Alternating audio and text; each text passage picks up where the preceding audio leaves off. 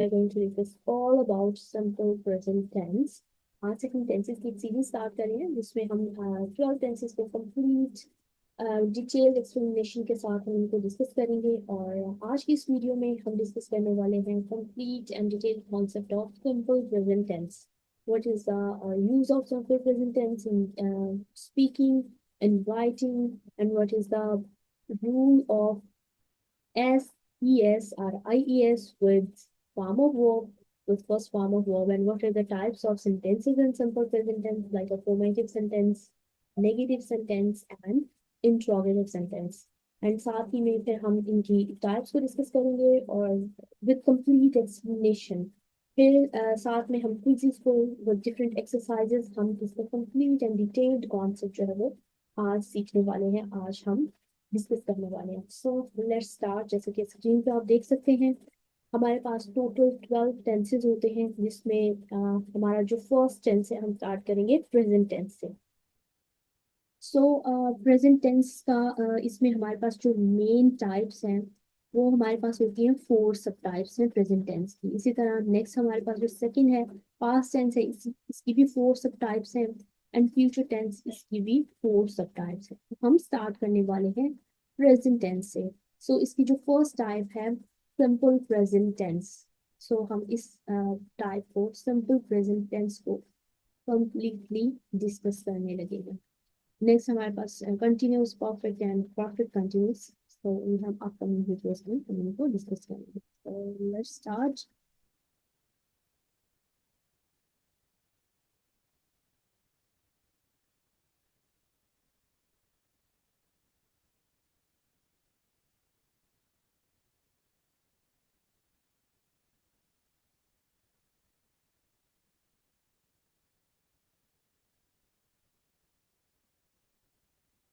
तो simple present tense का सबसे पहले तो हम डेफिनेशन देख लेते हैं, इसको यूज क्या है. इससे पहले भी मैं एक चीज डिस्कस करना चाहूंगी, वो है उर्दू आइडेंटिफिकेशन. क्योंकि जो मोस्टली स्टूडेंट जो मैट्रिक के स्टूडेंट्स हैं या फिर जो BA BSc एग्जाम में, इवन FSC में भी, FA में भी ये ग्रामर का कॉन्सेप्ट यूज होता है टेंसेस का. तो उनको उनके लिए क्वेश्चन आता है पेपर में, translate from Urdu to English. तो उसके लिए हमें उर्दू आइडेंटिफिकेशन भी पता होनी चाहिए. लेकिन जो स्पोकन इंग्लिश के लिए या फिर राइटिंग स्किल्स इंप्रूव करना चाहते हैं उनके लिए उर्दू आइडेंटिफिकेशन मस्ट नहीं है. एंड देन जो किसी एग्जाम की प्रिपरेशन करें उनके लिए इम्पॉर्टेंट है उर्दू आइडेंटिफिकेशन क्या है सिंपल प्रेजेंट टेंस की. सो उर्दू में इसकी आइडेंटिफिकेशन होती है ता है, ती है, ते है. उर्दू फिक्रे के आखिर में उर्दू सेंटेंस के लास्ट पे आता है ता है, ती है, ते है. है ये शो करता है प्रेजेंट टेंस को. और ता है, ती है, ते है, ये हमारे पास पहचान होती है, उर्दू आइडेंटिफिकेशन होती है सिंपल प्रेजेंट टेंस की. सो जैसे हम कोई एग्जांपल ले लेते हैं, वो अली अली स्कूल जाता है. ता है, लास्ट पे क्या आ रहा है, ता है. जैसे अली स्कूल जाता है. सो इसमें लास्ट पे क्या आ गया, ता है. सो ये इसकी उर्दू में आइडेंटिफिकेशन है, उर्दू में पहचान है. नेक्स्ट हम इसकी डेफिनेशन कर लेते हैं. डेफिनेशन में हमारे पास सबसे पहला जो है point, simple present tense is used to describe actions. अब आपने, आपको ये तो पता होता है इसका सेंटेंस स्ट्रक्चर क्या है, इसमें रूल क्या है, इसकी टाइप्स क्या है, सेंटेंसेस की टाइप्स क्या है. तो सबसे पहले हमें ये सीखना है कि इसका यूज क्या है. हम जब राइटिंग में इसको यूज करेंगे या फिर स्पीकिंग स्किल्स को इम्प्रूव करने के लिए हम सिंपल प्रेजेंट टेंस को यूज करेंगे.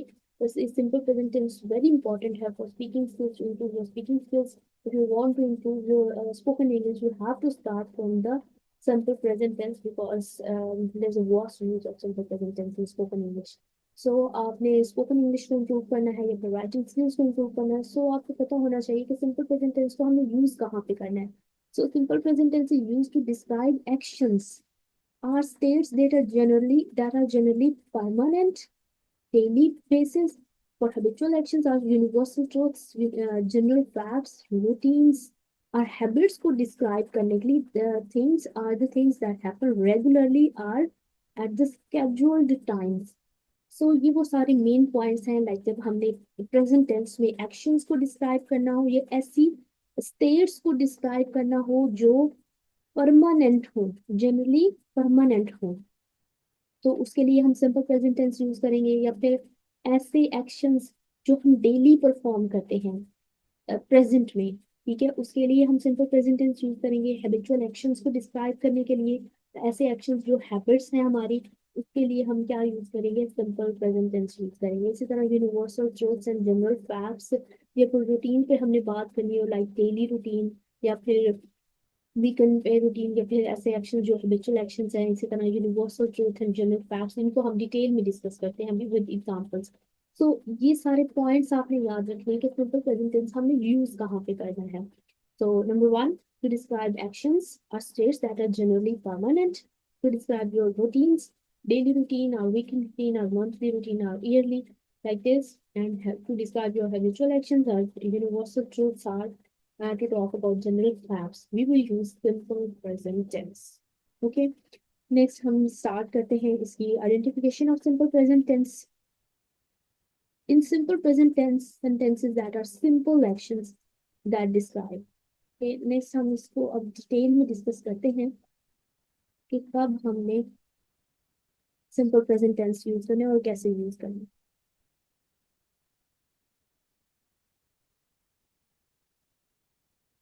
So here is the explanation of the use of simple present tense. So first use है simple present tense का daily routine. Like daily routine को describe करना हो, like I wake up at 7 a.m. So daily routine को describe करने के लिए हम simple present tense use करते हैं। Like she washes her teeth in the morning to go to school by bus. So ये वो सारी एग्जांपल्स हैं जो हम डेली करते हैं, हम जनरली बेसिस पे हम डेली कर रहे होते हैं, हम अपनी रूटीन के अकॉर्डिंग हम ये सारे जो काम है वो परफॉर्म कर रहे होते हैं। सो ऐसे एक्शंस को जो हमारी डेली रूटीन का पार्ट होते हैं उनको डिस्क्राइब करने के लिए हम सिंपल प्रेजेंट टेंस यूज करेंगे। नेक्स्ट, जो सेकंड यूज है हमारे पास प्रेजेंट टेंस का, वो है यूनिवर्सल ट्रूथ्स। यूनिवर्सल ट्रूथ्स ऐसे ट्रूथ्स जो यूनिवर्सल हैं, जो चेंज नहीं होते, like the sun rises in the east. अब ऐसा नहीं है कि सन जो है वो एक दिन मशरिक से निकल जाए दूसरे दिन मगरिब से निकल जाए, ये एक यूनिवर्सल ट्रूथ है जो हमेशा सेम रहता है। The sun rises in the east, सूरज हमेशा मशरिक से निकलता है। सो ऐसे यूनिवर्सल ट्रूथ्स को डिस्क्राइब करने के लिए हमेशा हम सिंपल प्रेजेंट टेंस यूज करेंगे। Next, water boils at 100 degree celsius. अब ये एक साइंटिफिक फैक्ट है, एक जनरल फैक्ट है कि वाटर जो है, जैसे जैसे उसका टेम्परेचर हम इंक्रीज करते जाते हैं, जीरो से, जीरो पे वो फ्रीज होता है, जैसे जैसे हम वाटर का टेम्परेचर जो है वो इंक्रीज करते जाते हैं, तो 100 डिग्री सेल्सियस पे आके वाटर जो है वो कम्प्लीटली बॉयल होना स्टार्ट हो जाता है। Birds fly in the sky. तो बर्ड्स जो है हमेशा वो फ्लाई में स्काई करते हैं, ऐसा नहीं है कि वो जो है अर्थ पे जो है वो फ्लाई कर रहे हो, ऐसा नहीं है। सो ये ऐसे यूनिवर्सल ट्रूथ्स हैं, और ऐसे यूनिवर्सल ट्रूथ्स को हम डिस्क्राइब करने के लिए कौन सा टेंस यूज करेंगे, सिंपल प्रेजेंट टेंस। नेक्स्ट भी एग्जांपल्स आप देख सकते हैं, the earth revolves around the sun. ऐसा नहीं है कि एक दिन अर्थ जो है वो रिवॉल्व करती है अराउंड द सन और दूसरे दिन सन जो है वो रिवॉल्व करते हैं अराउंड द सन, अर्थ सन, ऐसे नहीं है। ये एक यूनिवर्सल ट्रूथ है, और यूनिवर्सल ट्रूथ को डिस्क्राइब करने के लिए आप देख सकते हैं यहाँ पे हमने कौन सा टेंस यूज किया है, सिंपल प्रेजेंट टेंस। सो ये आपने ध्यान में रखना है जब आप मोस्टली स्टूडेंट जब स्पीकिंग कर रहे होते हैं, स्पोकन इंग्लिश इंप्रूव करना चाहते हैं या फिर राइटिंग वो करते हैं, तो वो इसमें मिस्टेक करते हैं, वो या तो पास्ट टेंस यूज करते हैं या फिर continuous present continuous tense use कर देते हैं, तो ये रॉन्ग है। जब भी आपने यूनिवर्सल ट्रूथ्स को डिस्क्राइब करना है उसके लिए सिंपल प्रेजेंट टेंस यूज करेंगे। इसके अलावा ये क्वेश्चन वेरी इंपॉर्टेंट है, ये करेक्शन में भी आता है। करेक्शन के लिए जो सिंपल प्रेजेंट टेंस में ये यूनिवर्सल ट्रूथ्स को डिस्क्राइब करने के लिए उन्होंने कोई और टेंस यूज किया होता है, तो आपने इसको आइडेंटिफाई करना है। तो जब भी आपको पता होगा कि इस ये टेंस हमने यूनिवर्सल ट्रूथ्स को डिस्क्राइब करने के लिए हमें कौन सा टेंस यूज करना है, सो आप इजीली उसको पर्सन टेंस स्ट्रक्चर यूज करके आप इजीली उसको सही मार्क कर लेंगे। सो ये वेरी इंपॉर्टेंट है। नेक्स्ट यूज है हमारे पास habits, to describe habits. Simple present tense हम यूज करते हैं टू डिस्क्राइब हैबिट्स, वो एक्शंस जो हमारी हैबिट्स होती हैं। और हैबिचुअल एक्शंस को डिस्क्राइब करने के लिए हम कौन सा टेंस यूज करते हैं, simple present tense. Like he always drinks coffee in the morning. अब ये उसकी हैबिट है कि वो ऑलवेज हमेशा मॉर्निंग में कॉफी लेना पसंद करता है। I read book before bed, ये कौन सा टेंस है? Simple present tense. और ये सारे वो एक्शंस हैं जो हम डेली रूटीन में या फिर हम हमारी हैबिट्स हैं, हम इनको करना पसंद करते हैं प्रेजेंट में। सो ऐसे हैबिचुअल एक्शंस को डिस्क्राइब करने के लिए हम क्या यूज करेंगे? Simple present tense. I hope ये आपको क्लियर होगा concept usages of present tense. Next है हमारे पास, ये बहुत इंपॉर्टेंट है, जब आपको पता ही नहीं होगा, आपको सारे रूल्स पता होंगे लेकिन आपको यही नहीं पता होगा कि प्रेजेंट टेंस हमें यूज कहाँ पे करना है, तो फिर आपको सीखने को कोई फायदा नहीं है। सो इसलिए सबसे पहले आपको पता होना चाहिए कि इसका हमें यूज कहाँ पे करना है। ऐसे हमारे पास नेक्स्ट यूज है प्रेजेंट टेंस का, लाइक स्केड्यूल्ड और फिक्स्ड इवेंट्स। ऐसे इवेंट्स जो फिक्स्ड हैं और स्केड्यूल्ड हैं प्रेजेंट में, देन आप उनको डिस्क्राइब करने के लिए कौन से टेंस यूज करेंगे? Simple present tense. The train departs at 9 a.m. Train 9 बजे निकलती है। Our class starts at 10 a.m. So ये सारे वो एग्जांपल्स हैं जो स्केड्यूल्ड है या फिर फिक्स्ड इवेंट्स को डिस्क्राइब कर रही हैं। सो ऐसे सिचुएशंस और ऐसे स्टेट्स को डिस्क्राइब करने के लिए हम क्या यूज करते हैं? Simple present tense. तो यहाँ पे ना टाइम के लिए एक मेरे माइंड में पॉइंट आ रहा है। टाइम तो जैसे हमारे पास 9 a.m., अब इसको हम 9 o'clock भी लिख सकते हैं, ठीक है। अब ओ क्लॉक, अब वैसे तो हमारे पास ओ क्लॉक हमने तब यूज करना है जब हमारे पास कंप्लीट और हो, तो पूरा 1 घंटा हो। जैसे हम कहते हैं 9 o'clock, 10 o'clock, जो पूरा 1 घंटा हमने डिस्क्राइब करना है उसके साथ हम ओ क्लॉक यूज करते हैं। अगर हमने बात करनी है 9:20, तो फिर हम AM या फिर PM बोलेंगे। फिर इसके साथ ओ क्लॉक जो है ना, वो रॉन्ग है, ठीक है। तो इसको हम ऐसे नहीं कह सकते 9:20 ओ क्लॉक, ठीक है। ओ क्लॉक ये रॉन्ग है, 9:20 ओ क्लॉक। सो ये भी एक इम्पॉर्टेंट कॉन्सेप्ट है, स्पेशली ये CSS में जो मैं हमारे पास सेंटेंस करेक्शन होती है उसमें ये बहुत ही इम्पोर्टेंट है। इस तरह जो लोग एग्जाम की प्रिपरेशन कर रहे हैं, लाइक NPS, FPSC, PPSC, सो उसमें भी ये सेंटेंस करेक्शन के लिए ये इम्पोर्टेंट है। और वैसे भी अगर स्पोकन इंग्लिश आप इम्प्रूव करना चाहते हैं, राइटिंग स्किल्स इम्प्रूव करना चाहते हैं, तब भी आप इस कॉन्सेप्ट को यूज करें। वेरी इंपॉर्टेंट कॉन्सेप्ट है कि जब हमारे पास कंप्लीट और हो उसको डिस्क्राइब करना हो तो हम ओ क्लॉक यूज करेंगे। और कंप्लीट जब और नहीं होगा, ठीक है, अब इसके साथ हम इसको 9 AM 9 PM भी बोल सकते हैं कंप्लीट और हो। लेकिन ओ क्लॉक हमने बस तब यूज करना है जब हमारे पास कंप्लीट और हो, ठीक है। जब कंप्लीट और नहीं है तब हम AM PM यूज कर सकते हैं अकॉर्डिंग टू द टाइम, लेकिन हम ओ क्लॉक यूज नहीं कर सकते। ओ क्लॉक हमने तब यूज करना है जब हमारे पास कंप्लीट और हो, like 9 AM 10 AM 11 PM। Next use देखते हैं। नेक्स्ट यूज है हमारे पास, ये हमारे यूजेस कंप्लीट हो चुके हैं। सिंपल प्रेजेंट टेंस को हमें यूज कब करना है? अब हम कंप्लीटली डिस्कस करेंगे रूल ऑफ SES और IES। ये बहुत ही इंपॉर्टेंट है, स्टूडेंट इसमें बहुत ही कंफ्यूज होते हैं क्योंकि किसी बुक में ये इस तरह से ये डिटेल में उस तरह से एक्सप्लेन नहीं किया होता। और हम बस ये कहते हैं कि हमने एस और ES V1 के साथ हमने एस और ES यूज करना सिंपल प्रेजेंट में, कि हमें बस ये बता दिया जाता है कि हमने V1 के साथ फर्स्ट फॉर्म ऑफ वर्ब के साथ S और ES यूज करना है। अब ये नहीं बताया जाता कि कब हमने S यूज करना है, कब ES यूज करना है और कब IES यूज करना है। इस वीडियो में हम कंप्लीट एक्सप्लेनेशन के साथ विद एग्जांपल हम डिस्कस करने वाले हैं कि कब हमने सिंपल प्रेजेंट टेंस में S यूज करना है, कब हमने ES यूज करना है और कब IES यूज करना है। तो चलिए देखते हैं, कॉन्सेप्ट क्लियर करते हैं। When using he, she, it are singular nouns, the verbs must be modified by adding s, es or is। तो सबसे पहले हम देखें कि हमने वर्ब के साथ s, es या फिर ies यूज कब करना है? जब हमारा सब्जेक्ट क्या होगा? जब सब्जेक्ट क्या हो? he, she, it, या फिर कोई सिंगुलर नाउन हो, जैसे कि यहाँ पे लिखा भी हुआ है, आप देख सकते हैं। ये बहुत इंपॉर्टेंट है कि हमने सारे सब्जेक्ट्स के साथ यूज नहीं करना, हम ओनली सिंपल प्रेजेंट टेंस के जो पॉजिटिव सेंटेंस है उसके अंदर हम एस और ES वाला रूल यूज करेंगे। कब यूज करना है? पॉजिटिव सेंटेंस में भी हमने कब यूज करना है? जब हमारा सब्जेक्ट क्या हो। सब्जेक्ट हमारा क्या हो, ही शी इट और एनी सिंगुलर नाउन हो, तब हम क्या यूज करेंगे, वर्ब की फर्स्ट फॉर्म के साथ एस और ई एस और आई ई एस यूज करेंगे। ओके, सो पहले तो आपको ये पता होना चाहिए कि हमने एस ई एस और आई एस यूज कब करना है, और फिर किस वर्ब के साथ हमने एस यूज करना है, किसके साथ ई एस यूज करना है, और किस वर्ब के साथ आई ई एस यूज करना है। तो हम देख लेते हैं किस वर्ब के साथ हमने एस यूज करना है और किसके साथ ई एस यूज करना है।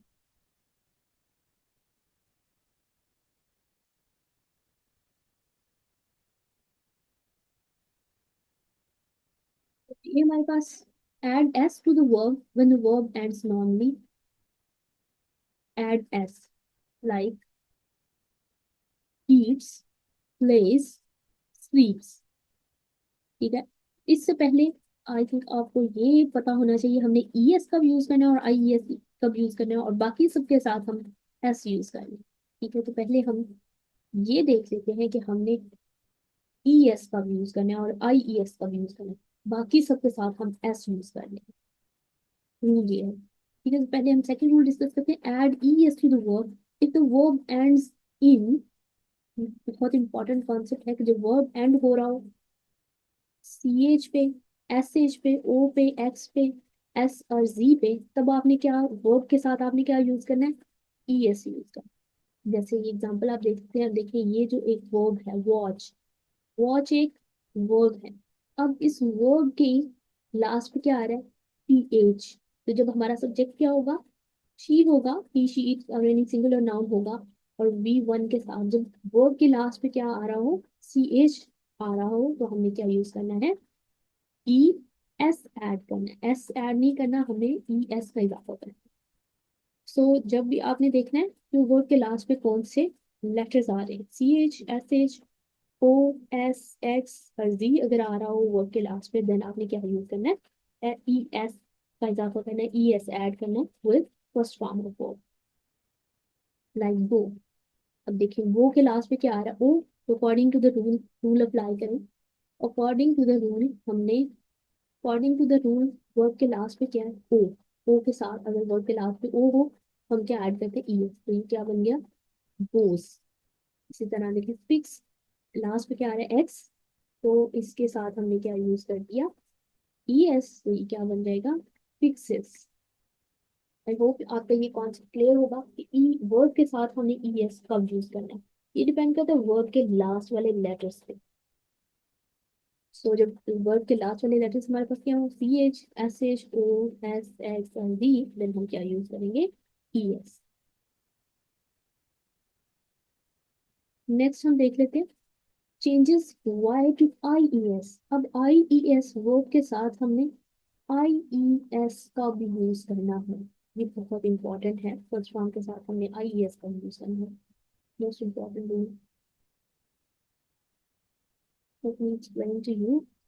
जब हम आपने देखना है कि वर्ब के लास्ट पे क्या आ रहा हो, वैसे तो हमें पता है कि हम वाई कहते हैं कि हमने आई ई एस यूज करना है, वाई को रिप्लेस करके हमने आई ई एस यूज करना है, ये इनकम्प्लीट कॉन्सेप्ट है।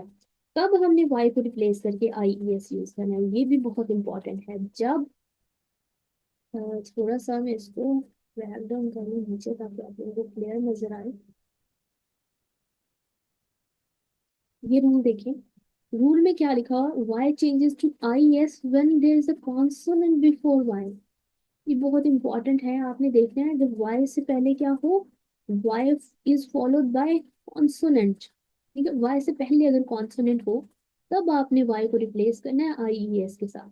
अगर वाई से पहले कॉन्सोनेंट नहीं है, तो आपने वाई को आई एस से रिप्लेस नहीं करना, आपने वाई के बाद ओनली फिर क्या यूज कर देना है, एस यूज कर देना। अब देखिए हम एक एग्जांपल ले लेते हैं कि जैसे हमारे पास प्ले, वाई से पहले क्या है, वाई से पहले कॉन्सोनेंट नहीं है, वाई से पहले एक वोवल है, तो क्या हम इसके साथ आई एस यूज करेंगे, ले, ले इसको हम रिप्लेस करके ये हमारे पास बन जाएगा, अगर हम वाई को रिप्लेस करें, पी एल, अगेन मैंने वाई लिख दिया, P L I E S. So ये कितना एक अजीब सा वियर्ड सा हमारे पास वो बन गया है, जो हमने फर्स्ट टाइम सुना है, ऐसे तो नहीं है। तो रूल ये है कि हमने वाई को कब रिप्लेस करना है आई ई एस के साथ, जब वाई से पहले क्या हो, वाई से पहले कॉन्सोनेंट हो, तो फिर हमने उस वाई को रिप्लेस करके क्या बना देना है, आई ई एस लिख देना है। जैसे हमारे पास है स्टडी, आप इस एग्जाम्पल में देख सकते हैं हमारे पास जो वर्ड है वो क्या है, स्टडी। तो वाई को रिप्लेस किया, इसके साथ हमने आई ई एस यूज किया, तो ये क्या बन गया, स्टडीज। क्योंकि इसके लास्ट पे देखिए वाई से पहले क्या आ रहा है, वाई से पहले क्या आ रहा है, डी। जो डी क्या है, कॉन्सोनेंट। तो अब हम वाई को रिप्लेस करेंगे, इस डी को रिप्लेस नहीं करना, इस वाई को रिप्लेस करना है। तो वाई को रिप्लेस करके आई ई एस लिख देंगे, तो ये क्या बनेगा, स्टडीज। इसी तरह फ्लाई, फ्लाई, वाई से पहले क्या है, कॉन्सोनेंट। वाई से पहले एल, एल कॉन्सोनेंट है, तो हमने वाई को रिप्लेस करना है आई ई एस के साथ। तो ये क्या बन गया हमारे पास, फ्लाइज। इसी तरह ट्राई, ट्राई, वाई से पहले क्या है, कॉन्सोनेंट। तो वाई से पहले कॉन्सोनेंट है, तो वाई को रिप्लेस कर देंगे आई ई एस से, तो क्या बन गया हमारे पास, ट्राइल्स। गॉट इट, आई होप आपका ये कॉन्सेप्ट क्लियर होगा। हमने हमेशा वाई को रिप्लेस नहीं करना आई ई एस के साथ, ये रॉन्ग है। रूल ये है कि जो वाई से पहले क्या हो, कॉन्सोनेंट हो, वाई से पहले कॉन्सोनेंट हो, लाइक वोवल्स ना हो, तो फिर आपने वाई को रिप्लेस करना है आई ई एस के साथ। अगर वाई से पहले कॉन्सोनेंट हो तो फिर क्या करना है, वाई से पहले कॉन्सोनेंट हो तो फिर आपने वाई को रिप्लेस नहीं करना, वाई के बाद आपने ओनली एस ऐड कर देना। ये रूल बहुत ज्यादा इम्पोर्टेंट है। जो वाई से पहले क्या हो, कोई वॉवल हो, ठीक है, वाई इज वॉवल। तो वाई से पहले अगर कोई वॉवल है, देन आपने क्या कर देना है, वाई को रिप्लेस नहीं करना, वाई के बाद एस ही। तो ये बहुत ही इंपॉर्टेंट कॉन्सेप्ट था।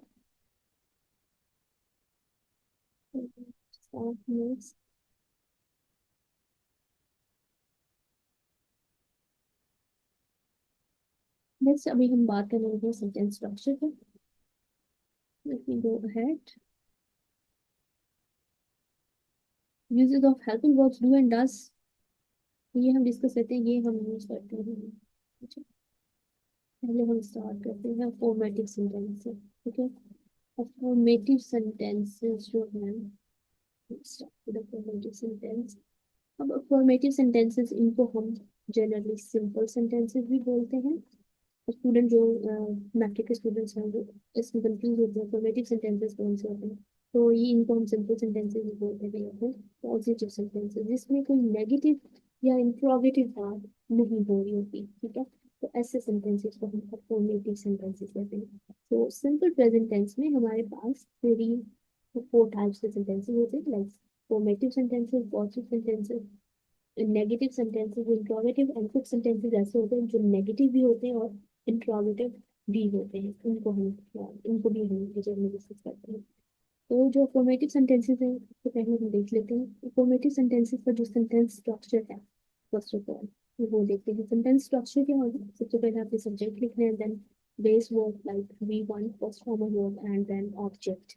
जैसे अली स्कूल जाता है, अली स्कूल जाता है, तो इसके लास्ट में क्या रहता है यार, तो हम कौन सा सेंटेंस स्ट्रक्चर यूज करेंगे, सिंपल प्रेजेंट टेंस।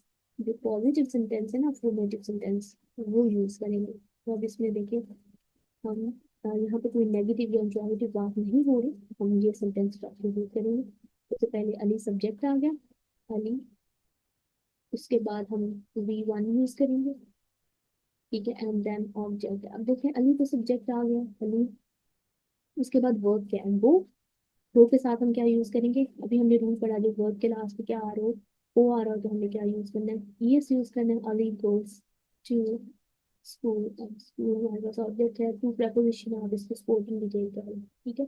ये क्या बन गया, अली गोस टू स्कूल।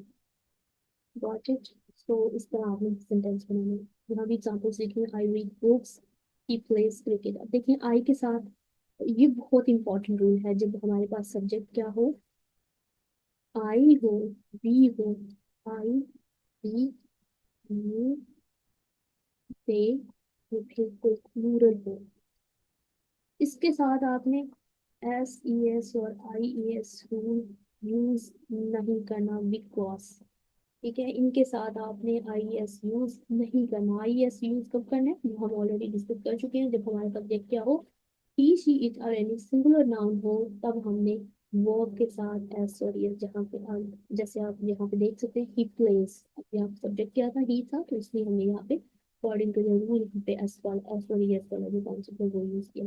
यहाँ पे सब्जेक्ट क्या था, आई, तो आई के साथ हम यूज नहीं करते। आपने ये चीज याद रखनी है, जब तुम्हारा सब्जेक्ट क्या हो, आई, वी, यू, दे, या फिर कोई प्लूरल नाउन हो, तो उसके साथ ये रूल जो है वो यूज नहीं करना, एस और यस और आई एस यूज नहीं करेंगे। ओके, सो पॉजिटिव सेंटेंसेस का सबसे पहले तो आपको स्ट्रक्चर आना चाहिए। अगर आपका स्ट्रक्चर ठीक है ना, तो आप कभी भी इस सेंटेंस में मिस्टेक नहीं कर सकते। स्ट्रक्चर क्या है, सबसे पहले सब्जेक्ट है, then first form of verb and then object है। अब इसमें आपने देखना है कि कब वर्ब के साथ एस और यस वाला रूल आपने अप्लाई करना है। जब हमारा सब्जेक्ट क्या हो, ये डिपेंड करता है सब्जेक्ट के ऊपर। जब सब्जेक्ट क्या हो, ही, शी, इट, या फिर कोई सिंगुलर नाउन हो, देन हम ये वाला रूल अप्लाई करेंगे। ठीक है, आई होप ये आपको क्लियर होगा। नेक्स्ट एग्जाम, नेक्स्ट हमारे पास जो टाइप है सिंपल प्रेजेंट टेंस में, टाइप्स ऑफ सेंटेंसेस, वो हमारे पास है नेगेटिव सेंटेंस। अब ये चीज आपने हमेशा याद रखनी है कि जब भी हमने कोई नेगेटिव सेंटेंस बनाना है, तो उस टेंस के अकॉर्डिंग हमने हेल्पिंग वर्ब्स यूज करने। स्टूडेंट क्या करते हैं, वो तो हेल्पिंग वर्ब यूज नहीं करते, सब्जेक्ट के बाद डायरेक्ट जो है ना वो नॉट लगा देते हैं, चाहे वो स्पीकिंग में जो बिगनर्स होते हैं, चाहे स्पीकिंग में हो या फिर वैसे राइटिंग में। वो क्या कहते हैं, सब्जेक्ट के बाद not and then first form of verb and then object, और यहाँ पे भी फर्स्ट फॉर्म के साथ वो एस और यस यूज कर देते हैं। एस और यस ओनली आपने सिंपल पॉजिटिव सेंटेंसेस में, अफर्मेटिव सेंटेंसेस में यूज करना। नेगेटिव में आपने याद रखना है, जब भी आपने नेगेटिव या इंट्रोगेटिव सेंटेंसेस बनाने हैं, तो उनमें आपने क्या यूज करना है, हेल्पिंग वर्ब्स यूज करने हैं। अब हेल्पिंग वर्ब्स कौन से होते हैं, सिंपल प्रेजेंट टेंस में जो हेल्पिंग वर्ब्स होते हैं वो होते हैं डू, आर, डज। तो हर टेंस के हेल्पिंग वर्ब्स डिफरेंट होते हैं, लेकिन एक चीज आप याद रखें, जब भी आपने नेगेटिव या इंट्रोगेटिव सेंटेंस बनाना है, देन आप कौन से, आपने हेल्पिंग वर्ब्स जरूर यूज यूज करने हैं, देन उन हेल्पिंग वर्ब्स के बाद आप नॉट यूज करें। आपने जस्ट सिंपल नॉट नहीं यूज करना, हेल्पिंग वर्ब्स के बाद आपने नॉट यूज करना। तो सेंटेंस स्ट्रक्चर बाकी सारा सेम है, जस्ट आपने सब्जेक्ट के बाद helping verbs and then not, और यहाँ पे हेल्पिंग वर्ब्स कौन से, डू एंड डज। अब डू एंड डज, डू हमने कब यूज करना है, जब हमारा सब्जेक्ट क्या हो, आई, वी, यू, दे, या फिर कोई प्लूरल नाउन हो, देन हम क्या यूज करेंगे, डू। और हम अगर हमारा सब्जेक्ट क्या हो, ही, शी, इट, या फिर कोई सिंगुलर नाउन, कोई अकेला पर्सन या थिंग हो, देन उसके साथ हम क्या यूज करेंगे, डस। जैसे कि आप एग्जाम्पल में यहाँ पे देख सकते हैं, I do not like coffee. अब आई आ गया हमारा सब्जेक्ट, तो आप देखें आई के साथ हम क्या यूज करेंगे, आई के साथ हमने ये रूल लिख लिया कि आई के साथ हमें क्या यूज करना है, डू। स्टूडेंट यहाँ पे भी मिस्टेक करते हैं, वो आई के साथ डज यूज करते हैं, तो ये रॉन्ग है। आप देखें कि डू कब यूज करना है, डज कब यूज करना है। सेकेंड एग्जाम्पल देखिए, she does not go to the gym. अब शी के साथ हमें क्या यूज करना है, डज। रूल देखिए, शी के साथ हम क्या यूज करेंगे, डज। अगर ही होगा उसके साथ भी डज, अगर इट होगा तो उसके साथ भी डज। तो जब भी आपने नेगेटिव बनाने हैं, तो आपने helping verbs simple present tense में क्या यूज करने, डू, आर, डज। और डू कब यूज करना है ये आपको पता होना चाहिए, एंड डू कब यूज करना है ये भी हम सीख चुके हैं। ओके, उसके बाद फिर आप नॉट यूज करेंगे and then first form of verb and then object. यहाँ पे देखिए, ये हमारे पास आई सब्जेक्ट आ गया, उसके बाद हेल्पिंग वर्ब डू, फिर नॉट आ गया, फिर वी वन, और फिर ये हमारे पास क्या आ गया, ऑब्जेक्ट। ठीक है, सो ये सेंटेंस स्ट्रक्चर, सेंटेंस स्ट्रक्चर में आपने कोई कंप्रोमाइज नहीं करना। सबसे पहले आपको पता होना चाहिए सेंटेंस स्ट्रक्चर क्या है। ठीक है, सेंटेंस स्ट्रक्चर में आपको पता चल गया कि हेल्पिंग वर्ब्स क्या है, फिर इन हेल्पिंग वर्ब्स का आपको यूज आना चाहिए, एंड देन आपने जो है वो इसको कंप्लीट करना। अब हम वही एग्जांपल ले लेते हैं, अली स्कूल जाता है, इसको हम कन्वर्ट करते हैं नेगेटिव में, तो नेगेटिव में ये क्या बन जाएगा, अली स्कूल नहीं जाता है। अली स्कूल नहीं जाता है।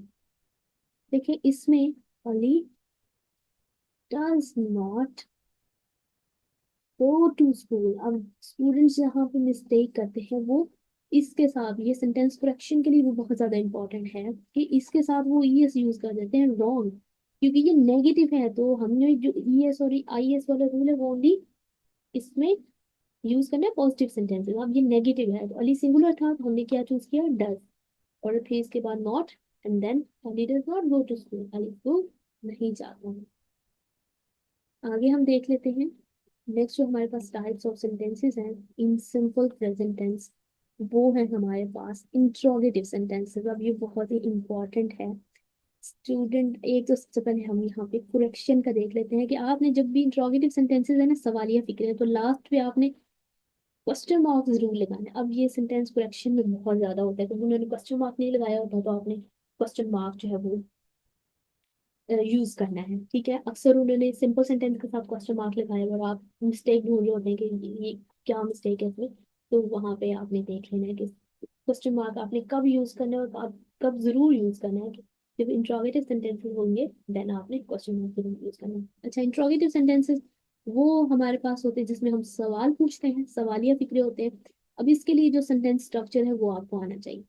सेंटेंस स्ट्रक्चर आपको आता होगा तो आप फिर कभी भी मिस्टेक नहीं करेंगे। तो इसमें हम सबसे पहले क्या लिखेंगे, डू एंड डस, ये हमारे पास क्या है, हेल्पिंग वर्ब्स। उसके बाद सब्जेक्ट आ जाएगा, उसके बाद first form of verb and then object. ठीक है, सबसे पहले helping verbs, then subject, then first form of verb and then object. अब हम देख लेते हैं एग्जाम्पल में। हम देखें डू, डू हमारे पास क्या आ गया, हेल्पिंग वर्ब। अब हम स्ट्रक्चर सारा अप्लाई करते हैं। Do you eat breakfast. अब देखें यहाँ पे एंड क्वेश्चन मार्क ये बहुत इंपॉर्टेंट है। अब देखें स्ट्रक्चर हमने अप्लाई कर लिया। अब देखें जब आपको स्ट्रक्चर आता होगा तो आप कभी भी मिस्टेक नहीं करेंगे। अब आपको पता है डू कब यूज करना है। डू जब हमारा सब्जेक्ट क्या होगा, आई वी यू दे, एंड कोई प्लूरल होगा तो उसके साथ हम डू यूज करेंगे। तो आपने यहाँ पे चेक करना है कि हम डू यूज करें या डज यूज करें, ये डिपेंड करता है सब्जेक्ट के ऊपर। तो पहले आप डू लिखेंगे, उसके बाद फिर जो सब्जेक्ट यू है वो लिखा, and then base form of verb, base form of verb means first form of verb, and then object, do you eat breakfast. ठीक है, डज ही प्ले फुटबॉल, इसमें देखो डज। डज हमने यहाँ पे डू क्यों नहीं यूज किया, क्योंकि हमारा सब्जेक्ट क्या था, ही, और ही के साथ हमें पता है हम क्या यूज करते हैं, डज यूज करते हैं। डज ही प्ले फुटबॉल, देखिए ये हमारे पास ऑब्जेक्ट आ गया, फर्स्ट फॉर्म ऑफ वर्ब, ये सब्जेक्ट, एंड ये हमारे पास हेल्पिंग वर्ब आ गया। तो देखा हमने कितने इजी कॉन्सेप्ट के साथ हमने इंट्रोगेटिव सेंटेंसेस भी बना लिए। तो आपने इस सेंटेंस स्ट्रक्चर पे कोई कंप्रोमाइज नहीं करना, वेरी इंपॉर्टेंट है। सबसे पहले हेल्पिंग वर्ब्स, जब भी आपने सवालिया फिक्र बनाना है तो आपको हेल्पिंग वर्ब्स यूज करने हैं, and then subject, and then first form of verb, and then object in simple present tense. Got it.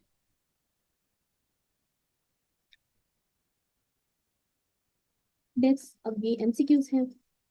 ये अगर आपको चाहिए पीडीएफ फॉर्म में तो आप मुझे कमेंट में पूछ सकते हैं। बाकी ये जितने भी कॉन्सेप्ट मैंने समझाए हैं ये मैंने अपनी बुक से, अपनी बुक मैंने राइट की हुई है, अपनी बुक से मैंने ये सारा आपको लेक्चर डिलीवर किया है। अगर आपको ये बुक भी पीडीएफ फॉर्म में चाहिए तो आप कमेंट सेक्शन में पूछ सकते हैं, सो आपको बुक प्रोवाइड कर दी जाए। That's it for today. Take care. Love you.